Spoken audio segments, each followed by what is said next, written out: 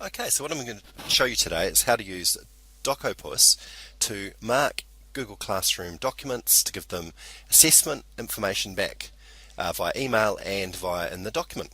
So what I'm going to start out with is we first need to start by creating some marking criteria. So I've set up a little spreadsheet here. So this is a nice basic Sheets document that I've set up in Google Docs. And so on the left hand column here we've got, this is how I've set it up for me, is an overview of where the student is, part A, part B and part C, and the separate marking criteria. So you can take this straight out of the NZQA documents if you want, or create your own. So the key thing to the way this document is set up is that you have the parts down the left there and number the top columns. So column A you'll leave blank, B you'll number 1, 2, 3 and 4. So we've got 4 separate columns at the top there. So now I'm just going to save this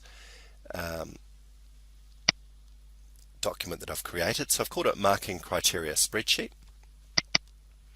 and I've got a document, I've got a folder that I've started in Google Docs, and I've called it Marking with Docopus. So obviously you can save this to wherever your work is in Drive that you're marking. So I've moved that document there now. So we've got our marking criteria set up. Now I'm going to set up a new spreadsheet, and this is a blank spreadsheet, and I'm just going to call it student marking. And what I'm going to do is move it to my Drive,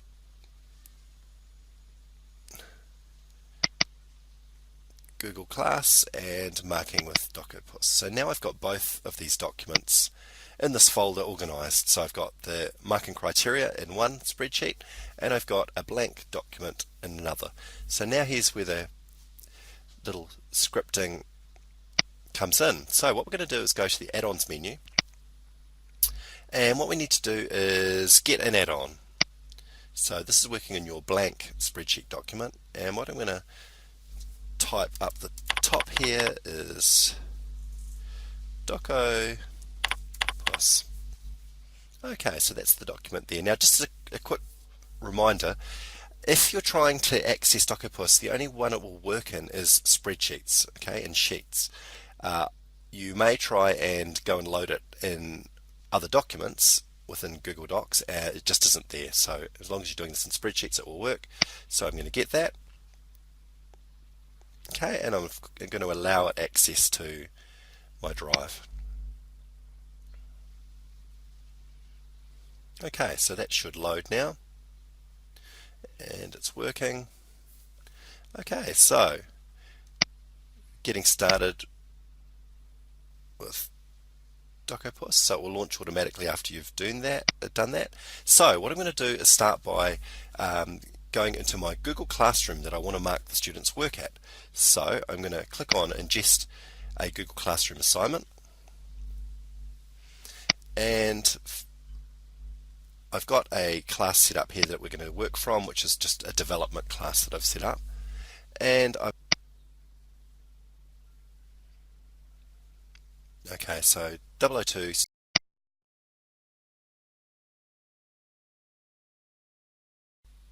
Now we just need to click the ingest button. So what we start doing is we're ingesting the student's work into this blank spreadsheet that we've set up. Okay, so I've only got one student in this classroom set up, which is just my demo class that I run. But of course, if you've got, say, 10 or 20 or 30 students, they will list all the way down here. So what you have is, in the document, you have a link to the student work. Okay, so this is just an ordinary Google Doc that I've given out to students in Google Class. Okay, so I'll just close that. So that gives you the link for the student. It says who the student is, give their name, and other information about the student. So now what I'm going to do is go into the attached rubric, and what this will do is it will allow me to go into my Google Docs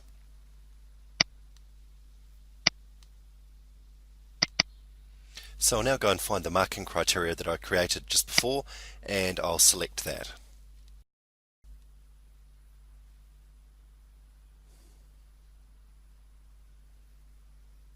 Okay, so once it's at the attach rubric stage, we can then decide if we want to make it viewable to the students, allow self or peer assessment, which I'm going to deselect for this one, and send them an email notification.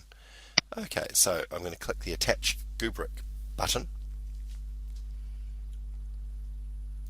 and what that's now doing is going through this spreadsheet, and it's attaching that rubric to each of the documents. So obviously there's only one in this, so it's going to do it reasonably quickly.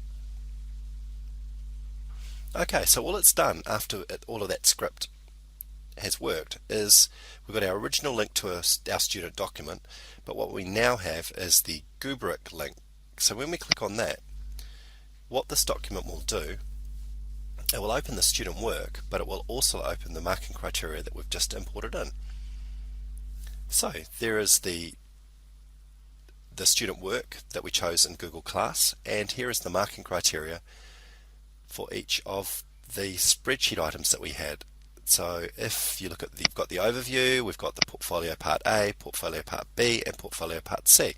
So if I go to the overview, I can easily just click and highlight where the students are in terms of their work, or if we're saying they're just above and achieved, I'm going to say put on there 2.2, so we know they're just getting into the next step, the merit step, so they know they're in achieved and they're working into the areas. Or you can just have it a plain mark like that. So for the portfolio, their work's at a merit, achieved, and part C, they're at an excellence, but they're actually